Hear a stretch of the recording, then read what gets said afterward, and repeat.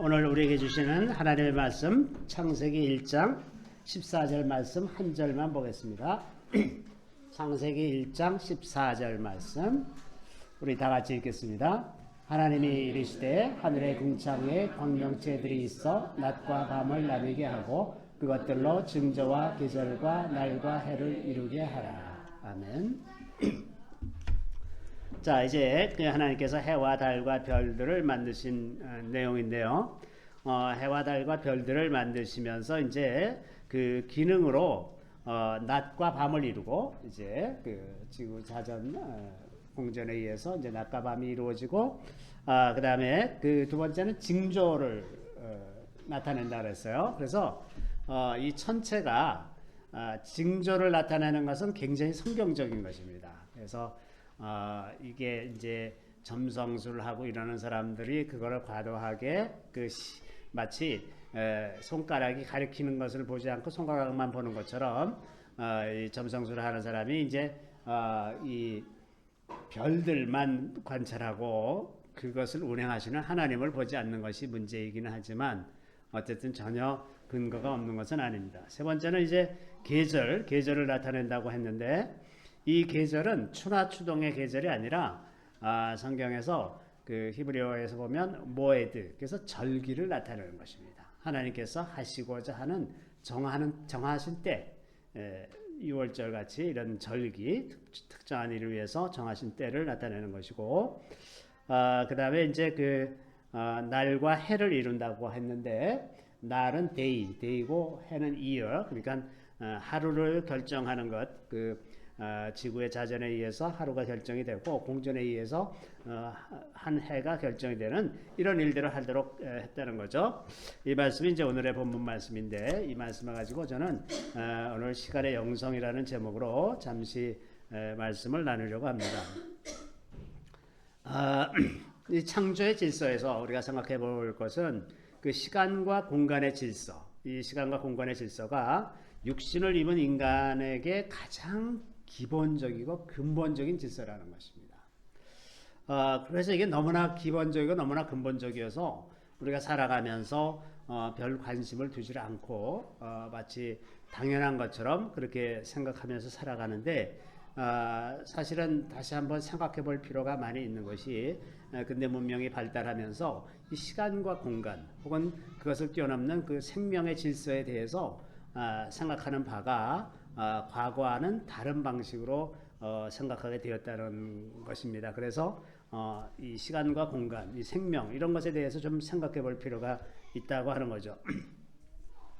자, 우리가 육신을 입고 사는 동안에 우리가 시간의 질서를 벗어나서 살 수는 없습니다. 모든 생명체는 그 안에 생체 시계를 갖고 있어요. 그죠? 그래서 시공간뿐만 아니라 모든 생명체가 어떤 생체 시계 같은 것이 있어서 어느 때가 되면 저절로 다 죽게끔 그렇게 설계가 되어 있잖아요. 그래서 이제 이 시간이라고 하는 제약이 생명의 질서 안에도 들어가 있는 겁니다. 그러니까 이 시간이라고 하는 것이 생명이나 공간과 완전히 별개의 것이 아니라 총체적인 질서의 일부라고 하는 거죠. 또 마찬가지로 우리가 공간의 질서를 뛰어넘을 수도 없습니다. 만유인력의 법칙이라든지 이런 모든 자연 법칙에 우리가 순응하면서 살지 그것을 뛰어넘으면서 살려고 하면 굉장히 복잡하고 어려운 문제들이 많이 생기죠. 그리고 이러한 시간과 공간의 질서 안에 생명의 질서가 만들어져 있습니다. 그러니까 생명의 질서도 이 시공간의 질서 안에 있는 것이죠. 이러한 질서를 변경하는 것은 사실은 하나님에 의해서만 가능하죠. 왜냐하면 하나님께서 지으셨기 때문에 지으신 이가 그것을 변경할 수 있는 권한과 능력도 갖고 계시라고 하는 거죠. 자, 말씀드린 대로 이제 이 근대에 이르러서 이 시공간의 질서와 혹은 그 시공간에 대한 인식이 많이 이제 변해 왔습니다. 우리도 그 의식하지 못하는 사이에 그게 많이 변했는데 특히나 이제 그 시간을 측정하는 이런 문제가 근대에 와서 굉장히 이제 이게 우리의 삶을 변화시키는 혁명적인 일이 되었음에도 불구하고 우리가 그것을 잘 의식하지 못하고 사는 경우가 많이 있습니다. 고대에도 해시계 같은 것을 이용해서 시간을 측정했죠. 예를 들어서 히스기야 때에도 해시계가 있었다는 것이 이제 성경에 기록이 있지 않습니까? 그 히스기야가 병에 걸렸다가 낫게 된다는 예언을 주실 때 그 징조로 해가 뒤로 10도 올라가게 하는 게 낫냐, 앞으로 가게 하는 게 낫냐, 그럴 때 해시계에 대해서 언급하면서 해가 뒤로 10도 가는 것이 좋겠습니다 해서 하나님께서 해를 뒤로 10도 물린 그런 내용이 이제 이사야서에 기록이 되어 있죠. 물론 이제 이렇게 고대에도 시간을 측정하기는 했지만 오늘날과는 비교가 안 되고 또 그것은 어떤 절기라든지 그 기본적인 것들을 알려고 그러는 것이지 오늘날과 같은 태도로 시간을 사용하려는 그런 것은 아니었습니다. 또 이제 그 고대에도 있었던 것처럼 우리나라에서도 그 세종 때 그 앙부일구라는 것을 만들었잖아요. 이렇게 솥 같은데 안에 이렇게 무슨 뼈쭉 튀어나와 가지고 그 햇빛 비친 걸 가지고 이제 절기를 알고 하루의 시기를 아는. 그래서 그 24절기 1년을 24절기로 나누고 그리고 이제 하루의 때 시간을 이제 두 가지 목적으로 이제 앙부일구를 만들었는데 지금 덕숭 가보면 구경할 수 있습니다. 굉장히 정교하게 잘 만들어져 있어서 24절기를 정확하게 알고 또 하루에 언제 몇 시인지를 알 수 있고 이제 그런 것들이 있기는 했습니다.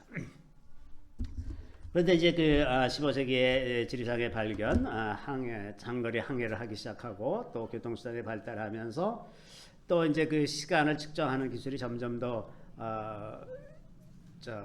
발달하고 그러면서 이것이 인류 문명의 혁명적인 변화를 가져왔죠. 과거에는 한 지역 가령 뭐 한국이면 한국의 시간만 알면 됐는데 이제는 전 세계의 시간이 그 굉장히 정교하게 컨트롤되지 않으면 안 되는 그런 시기에 살고 있습니다. 가령 GPS 같은 것에 의존해 있는 근대 문명은 GPS 신호에는 그 시간에 관한 신호도 있습니다. 그러니까 그것이 전 세계적으로 딱 일정하지 않으면 이게 굉장히 큰 에러를 낼 수도 있고 그렇습니다. 그래서 시계가 얼마나 지금은 정교한지 그 예전에는 그 하루의 단위, 그 시간의 단위를 뭐 빛이 어디까지 갔다 오는 그걸 기준으로 해서 시간을 정했는데 지금은 뭐 세슘이라고 하는 원자가 1년에 몇 번 진동하는 것에 그 중에 몇 퍼센트 뭐 이런 식으로 규정이 되어 있어 가지고 예전하고는 비교할 수 없을 만큼 시간을 굉장히 정확하게 맞추고 있습니다.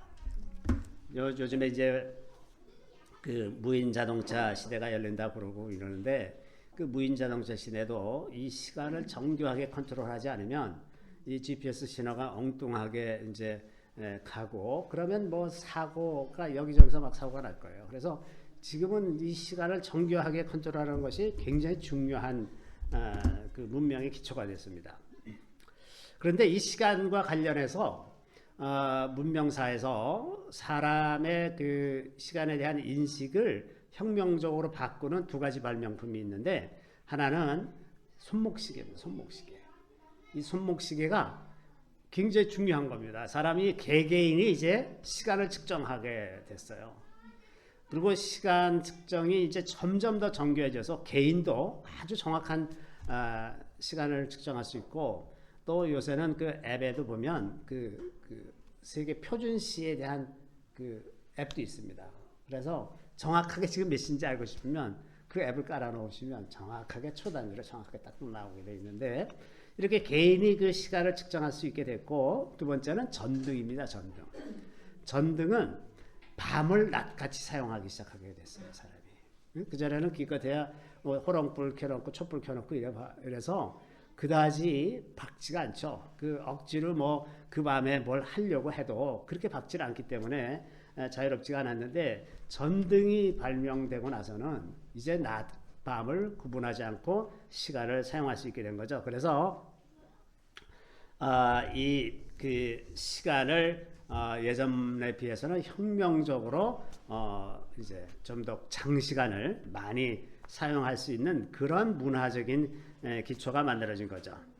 그러다 보니까 결국은 이제 시간이 돈이라는 말도 등장하고 이제 시간이 돈이니까 그 다음에는 시간을 사용하는 것을 돈의 관점에서 사용하는 그런 시각이 생겨납니다. 자연히. 그러니까 요즘에도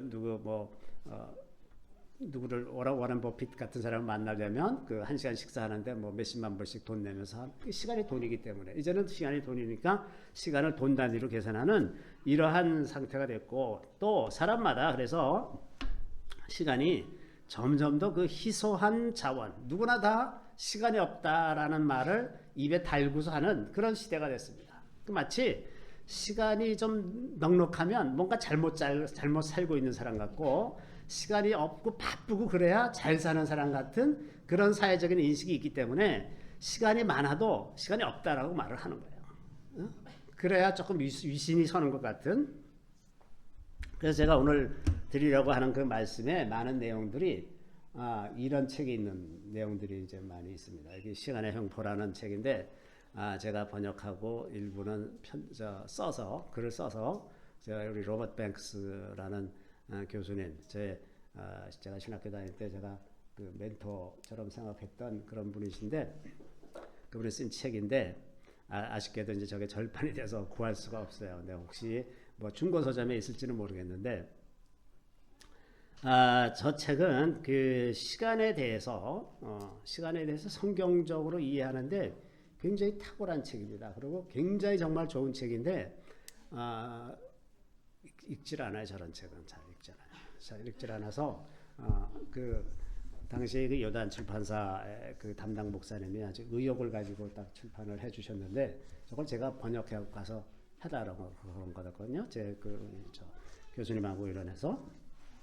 근데 이제 별로 팔리진 않았죠. 자, 그 내용들을 좀 이렇게 말씀드리려고 하는데, 자, 이제 그 전반적으로 문명이 시간 부족 위에 서 있는 그런 상태입니다. 그래서 시간을 전략해주는 모든 기술들이 다 돈 버는 기술들이에요. 그죠? 뭐든지 다, 뭐 택배도 더 빠르게 하고, 무슨 뭐든지 주문을 할 때 더 빨리 하면, 음식도 빨리 만들 수 있게끔 뭐 미리 잘 어느 정도 잘 준비된 그런 식품이 이제 팔린다거나, 혹은 뭐 빨리 가열할 수 있는 뭐 마이크로웨이브 같은 거를 많이 사용한다거나, 뭐 옷도 이제 예전에는 다 일일이 맞춰서 입고 집에서 제가 어렸을 때도 집에서 옷을 지어서 입었어요. 예전에는 어머니들이 여러 가지 기술을 많이 가지고 있었는데 옷도 다 짓고 이렇게 했는데, 겨울마다 또 이제 스웨터 털 다 뜯어갖고 다시 또 해갖고 좀 더 큰 거 만들어주고 뭐 이러면서 지냈잖아요. 지금은 이제 다 기성복, 다 레디메이드된 옷을 입고, 이것이 다 이제 그 시간을 줄이는 방식이죠. 또 비행기도 더 빠른 비행기가 더 인기가 있고, 뭐 세탁 시간을 단축해주는 세탁기라든지 정보를 검색하는 것도 누가 더 빨리 검색해 주느냐, 이것 경쟁이 되고, 뭐 건축하는 데 있어서도 건설 시간을 단축시키는 기술, 이것이 다 돈과 관련되죠. 다 모든 것이 이제 시간만 줄일 수가 있으면 그 다 돈 버는 기술들이 되는 겁니다. 그래서 이제 시간 단축이 이 시대의 굉장히 중요한 특징이죠. 19세기 말쯤에는 이렇게 과학 기술이 발전하면 인류가 앞으로 일주일에 한 2, 3일만 일하면 평안하게 먹고 살 수 있을 것이다 라고 생각을 했는데, 결국은 평안히 먹고 살 수 있는 것이 아니라 더 바쁘고 더 시간이 없는 세상으로 바뀌었어요. 그죠? 제가 처음 직장 생활을 할 때에는 좀 큰 회사들은 텔렉스라는 게 있었습니다. 여러분들은 아직 잘 모르겠지만 텔렉스라고 해서 1초에 110개 신호를 보내는 아주 느린 속도. 지금은 와이파이 속도가 메가 단위, 막 기가 단위까지 올라가잖아요. 예전에는 1초에 110개 보낼 수 있었어요. 110개. 네? 지금하고 비교하면 뭐 비교가 안 되는 수준이죠. 그래갖고 그거를 이제 가령 뭐 일본 지사에 무슨 연락을 하려고 그러면 그 한 글자 한 글자가 돈이기 때문에 그 영문을 아주 축약해서 약자로 쓰는 기술이 중요했습니다. 그래야 이제 짧게 쓰면서 하고 싶은 말을 이제 보내는. 제가 그때 굉장히 인기가 있었어요. 제가 그 약자를 잘 만들어갖고 영어로 약자를 한글은 안 되고 영어로 만드는데, 그 약자를 써서 축약해서 보내면 이제 거기서 받았고 이렇게 하고 그러던 시절이었는데 한 몇 년 지나니까 이제 팩스라는 게 나왔어요. 그 팩스라는 게 나오니까는 이제 세상이 너무 편해진 거예요. 그 전에는 뭔가 견적을 하나 부탁을 하려면 그 도면을 우편물로 보내요. 그럼 한 달 걸려서 미국에서 와. 그러면 이제 그걸 가지고 이렇게 뭐 연구를 해서 며칠 있다가 이제 그 다시 견적서를 보내 우편으로. 그러면 오고 가고 뭐 한 석 달 걸리는 거예요. 이러던 시절이 이게 제가 직장 생활할 때 그러던 시절이었었는데 이게 이제 팩스가 생기고 나니까 얼마나 빠른지 그냥 실시간으로 왔다 갔다 하잖아요. 그러면 좀 편해질 줄 알았는데 점점 더 바빠지는 거예요. 일이 계속 밀려들어 막 그냥 이렇게 발달해 온 거예요. 그러니까 점점 더 시간이 점점 더 없어집니다. 시간이 그러니까 모든 일이 빨라지면 빨라질수록 점점 더 쫓기고 점점 더 억압적이 돼가는 거죠. 이렇게 그 시간 부족 현상이 문화 전체에 이제 퍼지다 보니까 굉장히 많은 이제 부작용들이 나타납니다. 그래서 시간이 오늘날 굉장히 억압적인 효과가 있어요. 그래서 저 책의 제목이 시간의 횡포 이렇게 라고 지으신 것 같은데, 그 이제 시간에 대해서 이제 쫓기다 보니까 제일 먼저 나타나는 현상이 건강에 대한 위협이죠. 우리가 많은 사람들이 오늘날 이제 그 스트레스로 인해서 병에 걸리는 것이 너무나 많은데, 이 스트레스라는 거는 영어 그 뜻 자체도 어디에다가 이제 힘을 준다 그런 뜻이잖아요. 어떤 강조한다거나 힘을 준다 이런 뜻이 스트레스인데, 스트레스라는 거는 그 사람에게 있어서는 몸의 에너지나 어떤 자원을 어느 한쪽에 쏠리게 집중하고 있다는 뜻이에요. 그러니까 온몸의 균형을 이루어서 골고루 이렇게 해야 되는데, 그것이 어느 한쪽으로 쏠리다 보니까 그것이 장기적으로 지속될 때 다른 기관들이 망가지게 되는 겁니다. 제대로 이렇게 순환이 잘 안 되니까.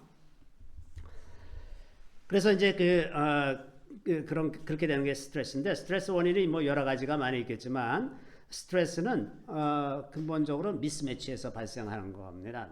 미스매치. 그러니까 하고자 하는 일의 양은 많은데 시간이 없다. 이게 그러면 이제 시간과 일의 양의 미스매치가 생기죠. 또 이제 성취해야 할 수준은 높은데 능력이 안 따라준다. 성적은 내가 1등을 해야 되는데 아무리 했어도 3등밖에 못한다. 그럼 이게 미스매치가 생겨서 이게 스트레스가 되는 거죠. 또 이제 그 신뢰관계 수준이 낮은데 그 신뢰를 해야 되는 상황. 가령 뭐 며느리가 시어머니에 대해서 생각만 하면 막 골치가 아파 죽겠는데 시어머니를 만나서 뭘 해야 된다. 그럼 막 스트레스가 쌓이는 거예요. 이게 다 미스매치에 의해서 이제 이렇게 되는 거죠. 이러한 미스매치에 의한 그 스트레스들 중에서 시간 부족으로 인한 스트레스가 굉장히 많은 부분을 차지합니다. 그러니까 이 건강에 대해서 심각한 위협이 되고 있다는 것이고, 두 번째는 이 사회생활이 감퇴를 합니다.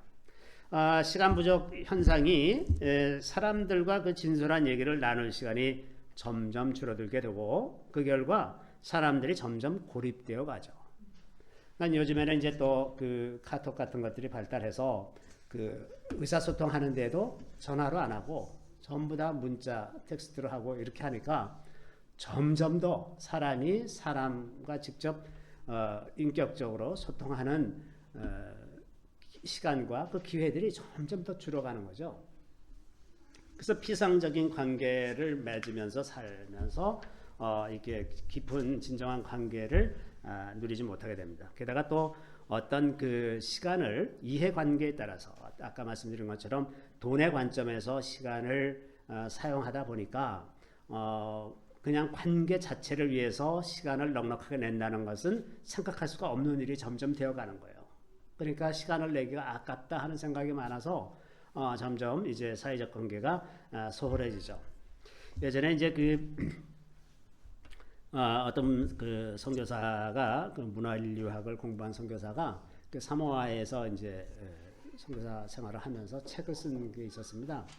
그 책에 보면 이제 그 문명의 그 컬처럴 패턴, 문화 패턴을 이렇게 대비되는 두 가지로 나눈 그런 여러 가지 요소들을 설명한 책이 있었는데 그 책 중에 이런 내용이 있습니다. 그 사모아에 가서 이 선교사가 이제 집 짓는 거를 이제 주문을 했어요. 그 현지인들한테. 그래서 이제 그 계약을 15일 동안 이제 공사하기로 하고 계약을 했는데, 그리고 이제 어떤 한 사람하고 계약을 했어요. 근데 이제 첫날 와서 보니까 이 사람이 사람들을 잔뜩 데리고 와갖고 계속 하루 종일 놀고 있는 거예요. 그래서 저 사람들이 뭘 하려고 저러나 그랬는데 그 다음날도 와 보니까 또 그러고 있는 거예요. 아, 그래서 도대체 저 사람은 왜 저러고 있지? 그런데 이게 하루 이틀에 끝나지 않고 무려 12이틀 동안 그러고 있는 거예요. 나중에는 이제 화가 잔뜩 났습니다. 내가 그렇게 얘기를 했건만 이 사람들이 도대체 이게 무슨 일이냐. 그랬는데 13일째 되니까 그때부터 이 모든 사람들이 달려들어서 일을 하기 시작하는데 3일 만에 다 끝내더래요. 그 약속한 것을 다 지키긴 지켰는데 이 사람들은 그 문화가, 그 관계가 아주 충분하게 형성되고 나서야 그 다음부터 일한다는 거예요. 관계를 중요시하는 습관들이죠. 또 거기 이제 이런 얘기들도 있습니다. 그 문화 패턴 중에는 위기지향형인 문화도 있고 비위기지향적인 문화도 있습니다. 예를 들면 이런 거예요. 이제 태풍이 온다는 이제 그 경보가 났다 그럽니다. 그래서 그 선교사들은 다 뭐 난리치면서 그 태풍에 대한 준비를 하고 이제 뭐 여러 가지 단도리하고 이렇게 했는데 현지인들은 안 하더라는 거예요. 안 하고 그냥 태평하게 지내더라는 겁니다. 그 나중에 이제 태풍이 지나간 다음에 보니까 태풍이 다 지나가서 무너지면 그때 다시 세우는 거예요. 그런데 그렇게 해서 다시 세우나 미리 뭐 난리치고 준비하나 나중에 보니까 그게 그거더라는 거죠. 물론 오늘날 같이 도시화가 많이 진행된 상태에서 재앙이 오면 너무 큰 재앙이니까 지금은 이렇게 도시화된 상태에서는 할 수가 없는 일이지만 과거와 같이 이렇게 집도 띄엄띄엄 하나씩 있고 그 덜 발달된 그런 상태에서는 그렇게 산다고 해서 뭐 특별히 잘못될 게 없는 거예요. 이렇게 그 문화 패턴이라는 것이 많이 있는데 어쨌든 그 시간에 대한 것도 우리가 생각하는 시간의 개념과 좀 더 몇백 년 전 정도쯤에서 생각하던 시간의 개념은 지금하고 완전히 다를 수 있다는 것을 우리가 좀 생각해 볼 필요가 있습니다. 자, 또 이 시간의 부족 현상이 사회적 관계뿐만 아니라 정치 수준도 굉장히 약화시키고 있습니다. 이 시간 부족 현상이 이제 공무원이나 국회의원 등 이런 국정을 담당한 사람들도 이제 똑같이 영향을 받고 있습니다. 오늘날 대한민국에서 제일 바쁜 사람들은 단연코 국회의원들입니다. 자기 지역구도 관리하랴, 국회에 출석하랴, 그래서 5만 가지 경조사사 다 쫓아다녀야 되고, 또 이제 그 각종 행사, 지역에 있는 각종 행사 다 참석하고 다녀야 되고 이래야 돼서 국회의원처럼 바쁜 사람이 없어요. 그런데 국회의원처럼 시간이 필요한 사람도 없습니다. 가만히 앉아서 어떤 법안이 정말 어떤 문제가 있을지 연구를 하고 지금 사회에 어디서 어떤 문제가 생기고 있는지 그 문제에 파악하고 그 대책을 세우고 그래서 법안을 만들고 이런 일을 하라고 국회의원을 뽑는 건 아닙니까? 그러면 그런 일들에 충실히 하려면 얼마나 많은 시간이 필요하겠습니까? 지금 뭐 국가 운영이 너무나 정교하고 복잡해졌는데 그것들을 어떻게 이렇게 지역구를 관리하면서 할 수 있겠어요? 그러다 보니까 무슨 법안을 내는 것이 무슨 동네 무슨 친목단체 회칙 정하듯이 그 법안을 내고 이런 일들이 비일비재하고 일단 법안이 통과되고 나면 고치는 게 정말 어렵습니다. 그래서 뭐 10년, 20년 그 잘못된 거 뻔히 알면서 계속 그렇게 가고 있어요. 자, 이러다 보니까 이 국정의 질이, 그 정책의 질이 저하되고 결국은 국가적으로도 큰 손해가 나는 거죠. 자, 조금 더 그 심각한 문제 중에 하나는 사고력이 저하되는 것입니다. 모든 일들을 빨리빨리 다 이제 해치워야 되기 때문에 깊은 생각을 할 수 있는 그런 기회 자체가 없어요. 가령 뭐 장편 소설을 읽는다거나 대하 소설 이런 걸 읽는다거나 이러면서 좀 사람이 그 생각의 폭도 넓히고 깊이도 깊게 하고 이렇게 되는데 그렇게 할 시간이 없지 않습니까?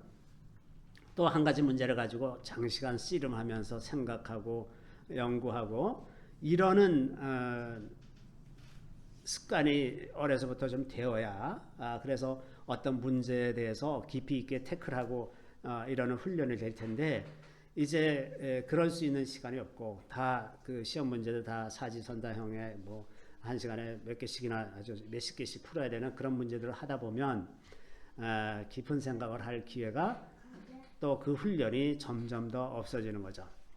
그래서 이제 사고력이 저하되는 것이 결과적으로 문명의 위기를 가져오고 그러다 보니까 오늘날 많은 민주주의 국가들이 그 민주주의 틀로 인해서 오히려 무너지게 되는 경우들을 이제 많이 봅니다. 터키가 최근에 그렇게 지난 몇 년 동안 민주주의였다가 거의 전체주의 쪽으로 이제 가고 있는 이런 것들을 보고 많은 나라들이 이 그 민주주의를 수립했다가 다시 무너지는 이런 경우를 많이 보는데 그 핵심적인 가치에 대한 생각 그런 생각을 할 겨를도 없고 또 무엇이 중요한지 그 가치 판단하는 기준이 매일 흔들리고 있기 때문에 그래서 전반적으로 이 사고력의 저하가 굉장히 이제 큰 문제죠. 개인적인 차원에서뿐만 아니라 국가적인 차원에서도 큰 문제입니다. 그래서 오늘날은 다른 어느 시대보다 선전선동으로 생각이 휩쓸리기 쉬운 그런 상태입니다. 우리나라뿐만 아니에요. 다른 나라들도 마찬가지입니다. 미국에서는 그 어떤 사회주의적인 정책이 전혀 그 먹히질 않았었어요. 그 사람들의 생각이 분명했기 때문에. 그런데 요즘에는 달라졌습니다. 요즘에는 그 굉장히 선동적인 내용들이 미국 정치에서도 많이 등장하고 있어요. 원래 좀 창의적인 사람들은 좀 게으르다 그러지 않습니까? 게으른 것과 창의력하고 좀 관계가 있어요. 뭐 게으르다고 해서 다 창의력이 생기는 건 아니지만 창의적인 사람들은 좀 게으른 경향이 있어요. 그런데 그 게으르다는 것이 무엇에 대해서 게으른 거냐? 오히려 가만 보면 창의적인 사람들은 자기가 집중하고자 하는 것에 대해서는 굉장히 부지런한 사람들입니다. 그죠? 그런데 다른 일상생활, 다른 사람들이 보기에 중요하다고 생각하는 일상생활에서 게으른 것뿐이지 자기가 하고자 하는 것, 자기가 원하는 것에 대해서는 아주 깊이 파고 있는 사람들이죠. 그래서 이제 그 이런 여러 가지 관점에서 볼 때 이 어떤 창의적인 어떤 일들 이런 것도 이제 점점 쇠퇴할 수 있는 그런 영향을 미치고 있다고 보는 거죠. 심지어는 이제 레저 같은 것도 이 시간 부족 현상 때문에 하나의 일이 되었어요. 그러니까 레저 뭐 가령 여행을 간다 그러면 예전에는 이제 여행을 계획하는 것부터 이렇게 조사하고 이러는 것이 다 즐거움의 일부였는데 이제는 바빠서 그렇게 할 수가 없기 때문에 모든 것이 다 준비된 대로 바로바로 할 수 있는 그런 방식으로 하고 또 이제 그 쉼을 통해서 몸과 마음을 회복하는 것이 원래 레저의 목표였었는데 이제는 남들이 부러워할 만한 곳에 가서 부지런히 사진 찍어서 올리는 거 이게 목표가 됐어요. 그래서 진정으로 쉬기를 원한다면 시간에 대해서 쫓기질 않고 있어야 돼요. 첫 번째 거기서부터 해방이 되어야 되지 않습니까? 쫓기는 데서부터 해방이 돼서 마음 놓고 쉴 수 있어야 그게 진정으로 쉬는 건데 계속 쫓기면서 종류가 다른 일을 하는 거예요. 회사에서 하던 일을 이제는 레저에 가서 여행 가서 또 똑같이 하고 있어요. 그러니까 쉼이 없는 거죠. 겉으로는 쉬는 것 같은데 쉼이 없습니다. 가장 중요한 것은 아마 종교와 영성이 퇴보하는 것, 신앙생활이 퇴보하는 것 이것이 문제입니다. 사람들은 이렇게 일상생활에서 굉장히 조급하게 시간에 쫓기면서 사는 것이 이렇게 습관이 되면 이 몸의 리듬 자체가 거기에 맞춰서 갑니다. 그래서 아침에 성경을 읽으려고 아침에 일어나서 책상 머리에 앉으면 그 똑같은 습관, 이 몸의 습관이 그대로 다시 이제 재현이 돼서 성경도 빨리 헤쳐서 읽어야 되고 기도도 빨리 해치워야 되는 일이 되는 거예요.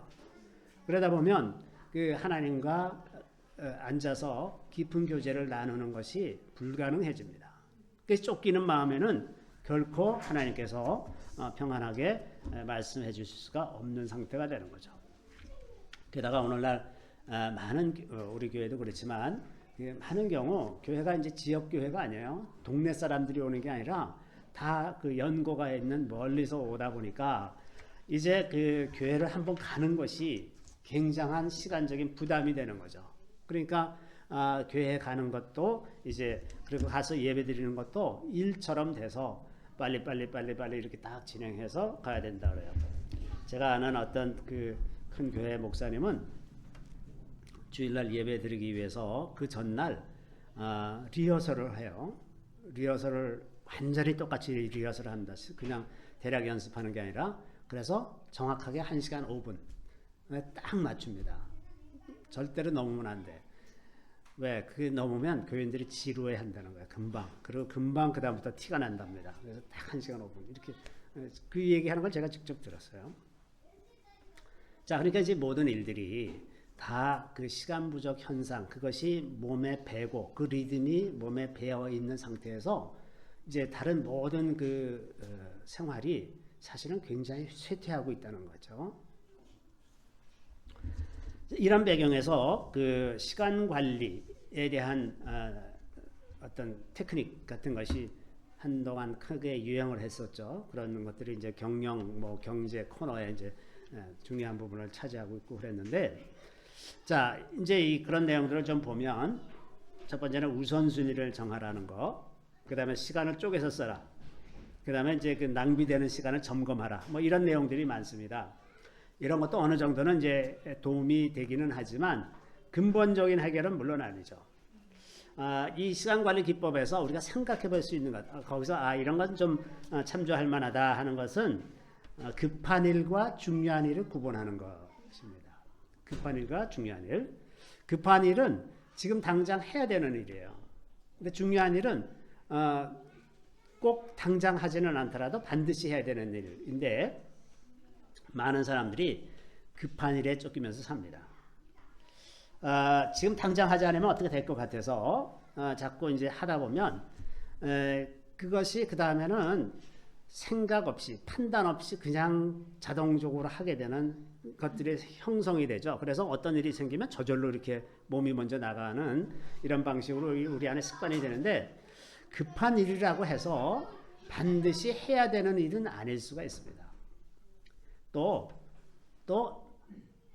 반드시 내가 해야 되는 일이 아닐 수도 있어요. 가령 자녀들이 점점 커가면 아이들이 넘어졌다 그러면 자기가 일어날 수 있어요. 점점 더 자기가 거기서 벗어날 수 있는데, 계속해서 아이들을 대학에 들어가고 나서도 계속해서 아이들을 돌보는 것처럼 자녀들을 돌보면 하지 않아도 되는 일을 계속하고 있는 거거든요. 이런 일들이 이제 우리 안에 많이 있을 수가 있습니다. 또 이제 그리스도인들은 종종 과도한 책임감을 갖는 경우가 많이 있습니다. 착함에 대한 콤플렉스가 있어서 내가 착해야 된다. 그리스도인은 착해야 된다. 다른 사람들한테 칭찬을 들어야 된다. 이런 콤플렉스가 있어서 과도한 책임감, 과도한 윤리의식 같은 것으로 내가 하지 않아도 되는 일을 자꾸 끌어안고 도와주고 이러면서 끝없이 말려 들어가는 그런 경우들도 많이 있어요. 그러니까 누가 뭘 부탁하면 거절을 못하고 계속 그걸 해주다 보면 일 시키는 사람 입장에서는 저 사람한테 가면 되는구나 그러고서 계속 오게 돼 있어요. 그래서 교회는 일을 맡기 시작하면 그 죽을 정도로 맡게 되고 이렇게 균형 있게 잘 이렇게 되는 법이 없습니다. 이게 이제 그 그리스도인들이 잘못된 그 어떤 책임감이나 윤리의식 같은 것에 사로잡혀 있어서 그렇게 되죠. 또 이제 그게 일반 성도들뿐만 아니라 목회자들도 누가 성도가 뭘 부탁하면 목회자들은 더 그런 경향이 많이 있어서 그냥 다 이것도 들어주고 저거 들어주고 그러다 보면 정작 목회자가 꼭 해야 되는 일들을 소홀히 하는 경우가 너무나 많이 있습니다. 그래서 오랜 세월이 지나고 나면 그 말씀에 대한 연구나 깊이 천착하는 이런 훈련이 안 돼서 나중에는 들을 게 없는 설교밖에 안 나온단 말이죠. 그래서 이게 전체적으로 그 교회를 아주 쇠퇴시킬 수 있는 굉장히 중요한 요인이 되는 거죠. 처음에는 우리 목사님 참 다 들어주시고 참 좋으신 분이다, 착하다, 뭐 이렇게 시작을 하지만 나중에는 다 엉망이 되는 그런 방식으로 발전할 가능성이 많죠. 그래서 이 급한 일에 대해서 우리의 마음과 생각의 습관들이 어떤 것이 있는지 좀 점검해 볼 필요가 있습니다. 이게 습관적으로 어떤 종류의 일을 하고 있는 것이 어떤 건지, 그게 정말 중요한 일인지, 내가 꼭 해야 되는지, 하지 않으면 안 되는지, 이런 것들을 좀 점검해서 일을 정리할 필요가 있습니다. 오히려 하루하루의 시간을 중요성을 중심으로 생각하는 것, 중요성을 중심으로 우선순위를 만들고 아침에 일어나서 오늘은 내가 꼭 해야 되는 일, 이 꼭 해야 되는 일, 그것을 중심으로 생각하는 습관을 가질 필요가 있습니다. 그래서 가치 중심으로 생각하는 거죠. 여기에서 이제 가장 핵심적인 것은 물론 하나님과의 관계를 위한 시간입니다. 이것은 정말 핵심적입니다. 그리고 이것이 흔들리면 하루의 삶이 다 흔들리게 되어 있습니다. 그래서 특히나 어떤 방해도 받지 않는 아침 일찍 일어나는 그 시간에서 우리가 낼 수 있는 시간, 처음에는 시간적으로 혹은 직장이나 이런 여러 가지 사정 때문에 어려우면 최소한 30분이라도 그 시간을 꼭 비워놓고 다른 것을 절대 하지 않는 그런 시간을 꼭 만들어야 됩니다. 이것에 실패하면 우리 인생은 계속 흔들리면서 사는 인생이 될 가능성이 굉장히 많습니다. 그래서 무조건 하루에 30분 잠을 덜 자더라도 아침 일찍 일어나서 하나님과 대면하는 시간을 꼭 가지시는 것이 좋겠고, 30분 정도에서 시작해서 시간이 좀 더 이렇게 습관이 되고 늘어날 수 있으면 조금 더 1시간, 2시간 이렇게 늘릴 필요가 있습니다. 자, 그렇게 하자면 일찍 자는 습관이 또 들어야 돼요. 근데 밤에 뭘 하려는 그런 것들이 많아서 그러다 보면 이제 늦게 자면 반드시 늦게 일어나게 돼 있으니까, 그래서 이런 습관을 이제 바꾸고 이런 일들이 꼭 필요합니다. 그 다음에 이제 그 시간 사용에 있어서 또 하나의 원칙은 그 일과 관계의 균형을 유지하는 것입니다. 어떤 사람은 그 문화적인 특성상 어떤 사람은 일 중심으로 생각하는 사람이 있습니다. 일하는 것만 막 열심히 하고 관계 맺는 것은 좀 소홀히 하는 그런 성향이 있는 사람이 있는가 하면, 또 어떤 사람은 관계 중심으로 생각해서 그냥 놀기만 좋아하고 일은 안 하는 사람들이 있어요. 그런데 이 두 가지가 우리 삶 속에서 적절한 균형을 이루어야 되고, 시간을 사용하는 데 있어서도 이 일과 관계가 균형을 잡아야 됩니다. 그 일의 그 뒷받침이 없는 관계는 오래 못 갑니다. 필요한 일들이 적당하게 이루어지면서 그 관계가 유지가 되지, 그 일을 전혀 하지 않는데 상대방을 위해서 내가 뭔가를 지금 해야 되는 상황인데 그걸 안 하고 있으면 결국은 그것 때문에 문제가 생겨서 관계도 망가지는 것 아닙니까? 그래서 일은 언제나 그 관계를 위해서 존재합니다. 모든 일은 다 관계를 위해서 존재합니다. 그렇죠? 모든 일은 다 관계를 유지하는 것입니다. 가령 소방대원이 소방서에 가서 일하는 것은 그 사회적 관계들, 사회의 질서, 이런 것들을 잘 유지하기 위해서 하는 것이지 그 자기 만족을 위해서 하는 게 아니에요. 그죠? 그 모든 일은 다 어떤 관계와 균형을 이루면서 되어야 된다고 하는 거죠. 자, 이런 것들은 지금 이제 그 시간에 대한 일반적인 것이었다고 하면, 이제 그 성경적인 시간관은 뭐냐 그러면 우리가 지금 이제 알아보려고 하는 성경적인 시간관은 무엇이냐 하는 것 좀 알려 합니다. 자, 헬라어로 시간을 나타내는 단어가 이제 크로노스라는 단어와 카이로스라는 단어가 있습니다. 이제 제가 여러 번 설명드렸습니다만은 크로노스는 연속적인 시간의 개념입니다. 반면에 카이로스는 어떤 기회라고 번역하는 것이 맞습니다. 카이로스, 어떤 특정한 기회의 때. 그런데 그것을 이제 조금 개념이 다른 개념이긴 하지만 히브리어에서는 제만이라는 단어가 있고요, 모에드라는 단어가 있습니다. 제만이라는 단어는 할당된 시간입니다. 할당된 시간. 그러니까 연속적인 시간 개념과는 좀 다르게 어떤 모든 일들에 대해서 할당된 시간이라는 개념이 있고 그 절기, 모에드라는 하나님께서 정하신 때라는 개념, 그런 개념들이 있습니다. 이런 개념들이 있고 또 이제 그 성경에서 우리가 그 시간에 대해서 오해하고 있는 말씀들이 몇 개 있는데 예를 들면 이런 겁니다. 골로새서 4장 5절 우리 같이 한번 읽어볼까요? 외인에게 대해서는 지혜로 행하여 세월을 아끼라. 자, 저기 세월을 아끼라 그러니까 마치 오늘날 시간을 아주 쪼개서 쓰는 것 같은 그런 이미지를 갖지만 사실 저기서 세월은 카이로스를 아끼라는 겁니다. 기회를 놓치지 말아라 하는 것이지 시간을 1분 1초를 아껴서 써라 하는 단어가 아니에요. 저기. 또 비슷한 내용으로 에베소 5장 16절에도 세월을 아끼라 때가 악하니라. 자, 세월을 아끼는 것과 때가 악한 거하고 무슨 관계가 있습니까? 왜 바울이 저렇게 말할까요? 저 세월은 크로노스의 시간이 아니라 기회의 시간이기 때문에 그렇습니다. 기회의 시간을 사탄이 뺏어간다는 거예요. 때가 악하다는 것은 그것을 뺏으려는 세력이 있다는 말이죠. 하나님께서 허락하시는 그 기회들을 뺏으려는 그런 세력들이 있기 때문에 그 카이로스 때를 놓치지 말고 잘 잡아라 하는 겁니다.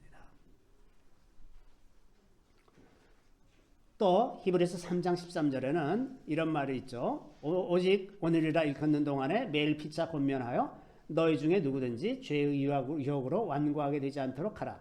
자, 오늘이라고 일컫는 동안, 그러니까 오늘의 시간을 놓치지 말아라. 내일로 미루지 말고 지금 오늘 내가 지금 깨달은 그 시간, 내가 죄의 유혹으로부터 벗어나야 되는 바로 그 시간에 거기서 벗어나라. 그래서 이것도 기회에 대해서 얘기하는 거죠.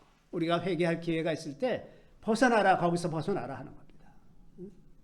그래서 기회를 놓치지 말라 하는 이런 표현은 있을지언정 오늘날과 같이 시간을 1분 1초로 아껴서 쓰고 10분 단위로 약속을 정하고 이런 식으로 살라는 것이 아니다 하는 겁니다. 반면에 이 시간에 대해서 성경이 이야기하는 것 중에 하나는 긴박성입니다. 심판이 임박했다는 그런 생각을 가지고 살아라. 시간에 대해서. 자, 그래서 빌립보서 4장 5절에 우리 같이 한번 읽어볼까요? 너희 관용을 모든 사람에게 알게 하라. 주께서 가까우시니라. 자, 우리가 사람들에게 관용을 베풀면서 사는데 왜 그렇게 하냐? 주께서 가깝다. 우리에게 언제 하나님의 심판의 날이 임할지 모르겠다. 그런 긴박감을 가지고 살아라 하는 겁니다.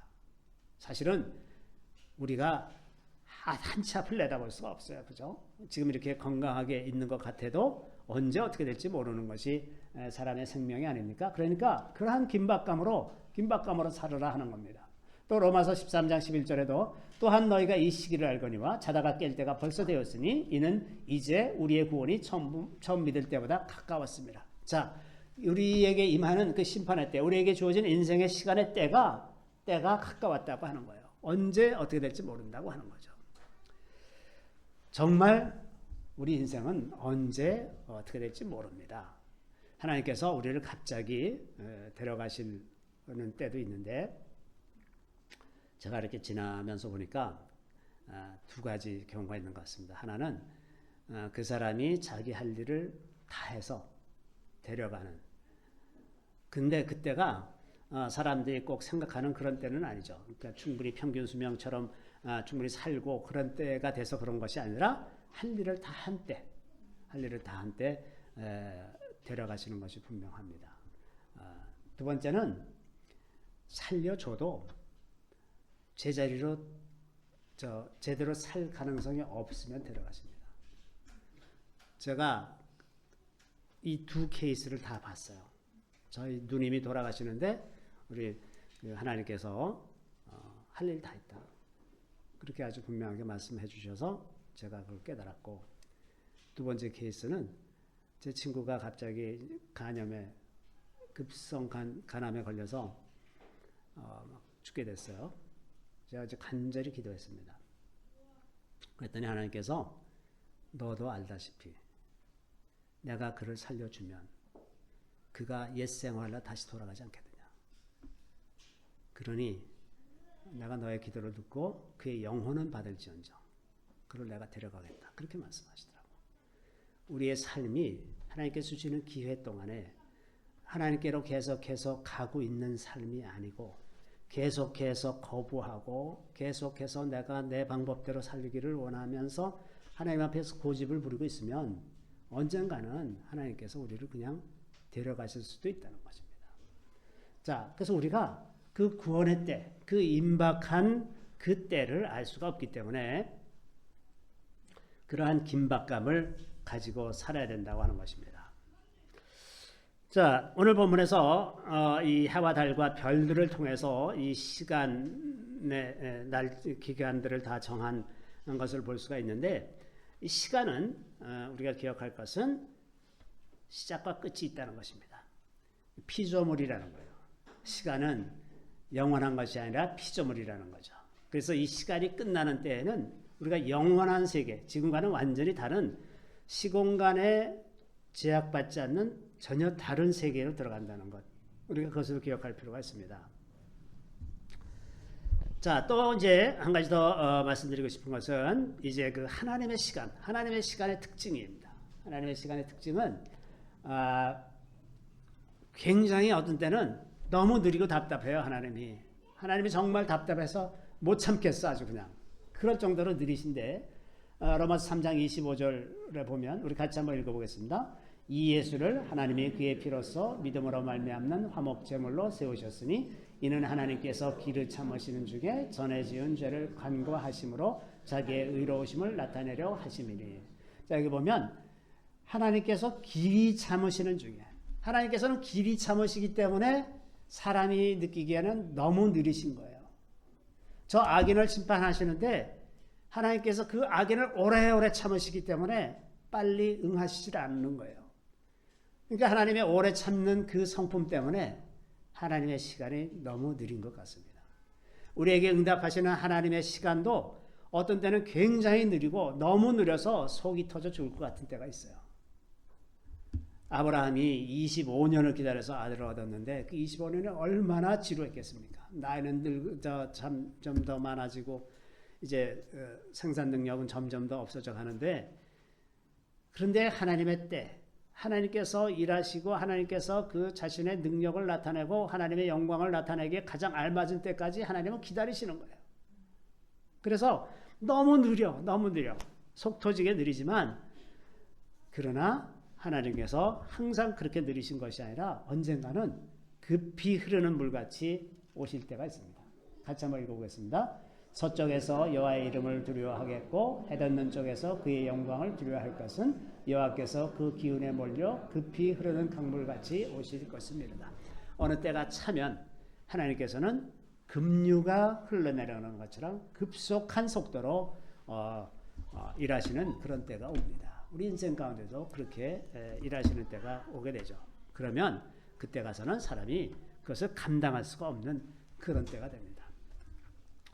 이 급류라는 것, 여러분들은 이 급류 이런 걸 경험을 잘 못하셨을 것 같은데, 제가 그 대학교 2학년 때 그 치악산에 3학년 때군요. 치악산에서 한번 여름에 텐트 치고 자는데, 치악산이 아시는 분은 아시겠지만 굉장히 산이 가파르고 이 텐트 칠 데가 참 없습니다. 그래서 이제 그 찾다가 마지못해서 할 수 없이 이제 그 냇가에 이제 텐트를 쳤어요. 냇가 좀 평지가 있어서. 근데 밤새 비가 왔어요. 밤새 비가 왔는데 천만 다행히 물이 불어난 거는 아침에 불어나기 시작했어요. 만약에 밤새 불어났으면 다 떠내려가서 죽었을 거예요.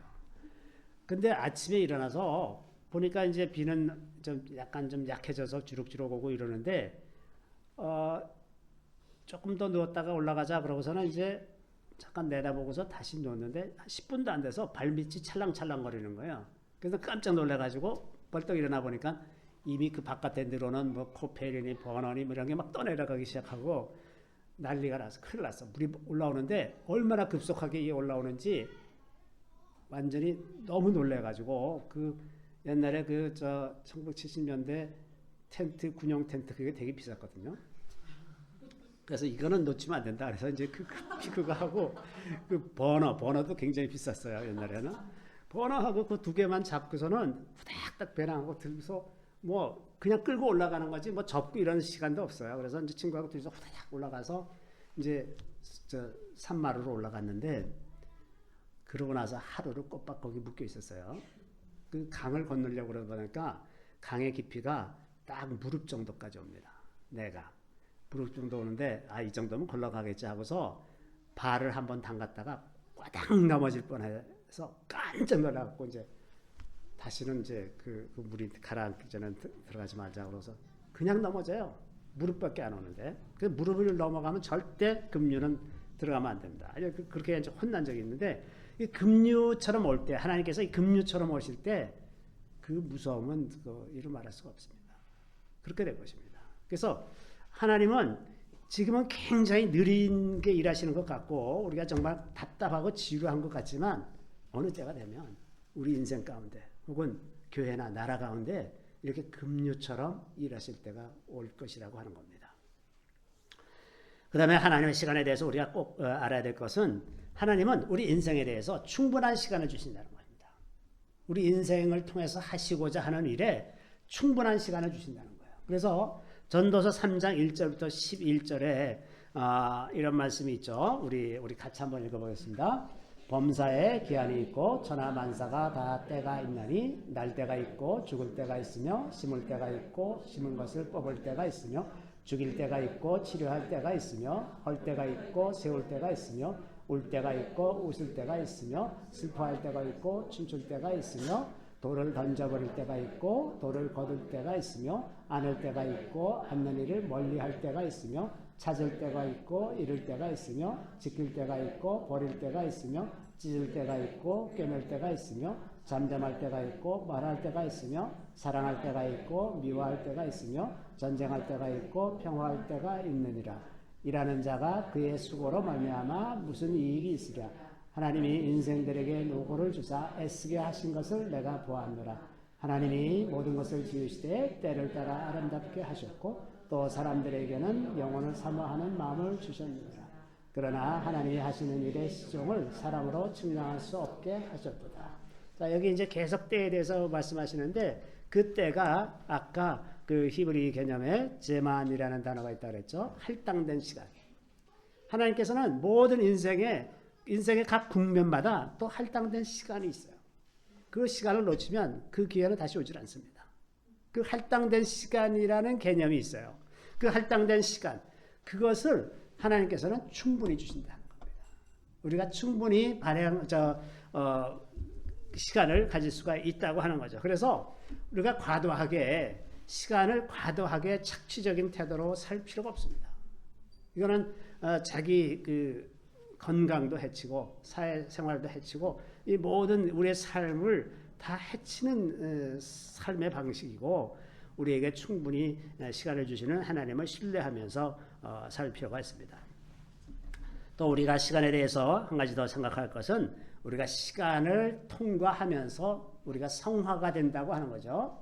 자, 로마서 6장 19절에 보면 우리 다 같이 한번 읽어보겠습니다. 너희 육신이 연약함으로 내가 사람의 예대로 말하노니 전에 너희가 너희 지체를 부정과 불법에 내주어 불법에 이른 것 같이 이제는 너희 지체를 의에게 종으로 내주어 거룩함에 이르라.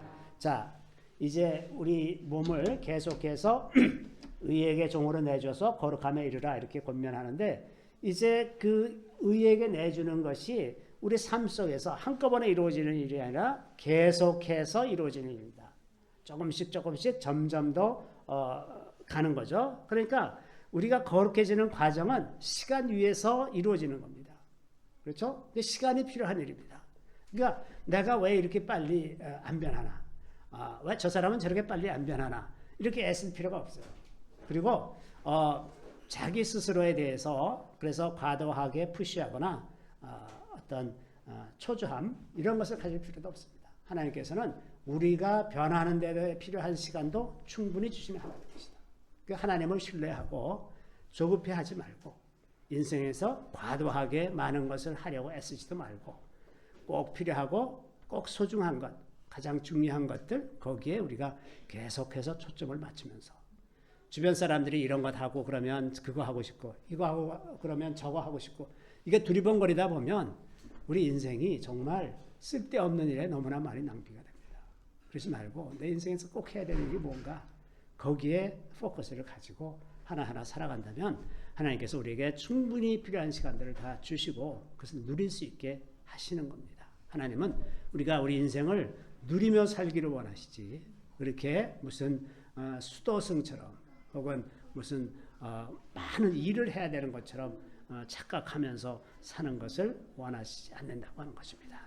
우리가 시간의 질서, 우리 개개인의 삶 속에서 이러한 시간의 질서를 바르게 세워서 하나님의 풍성한 삶을 다 누릴 수 있게 되기를 바랍니다. 잠깐 기도하겠습니다. 우리 주님을 찬양합니다. 주께서 우리를 이 땅에 보내시고 이 땅에 살아가는 동안 필요한 모든 자원을 공급하여 주셨습니다. 일상적인 모든 일들뿐만 아니라 우리에게 넉넉한 시간을 주셔서 주께서 우리를 통해서 하시고자 하는 일들을 능히 다 감당하고 주님 앞에 갈 수 있도록 시간을 주신 것을 주님 감사드리옵나이다. 주님 우리가 이 땅에 살아가면서 불필요한 일에 우리의 시간을 빼앗기지 않게 하시고 주님께서 주시는 지혜로 우리가 꼭 해야 하는 일들에 집중하며 특별히 하나님과 교제에 더 집중해서 주님께서 원하시는 삶으로 그러한 틀을 만들고 그 틀 안에서 주님을 기뻐하며 살아갈 수 있는 저희들이 다 되게 하여 주시기를 우리 구주 예수 그리스도의 이름으로 감사하며 기도드리옵나이다. 아멘.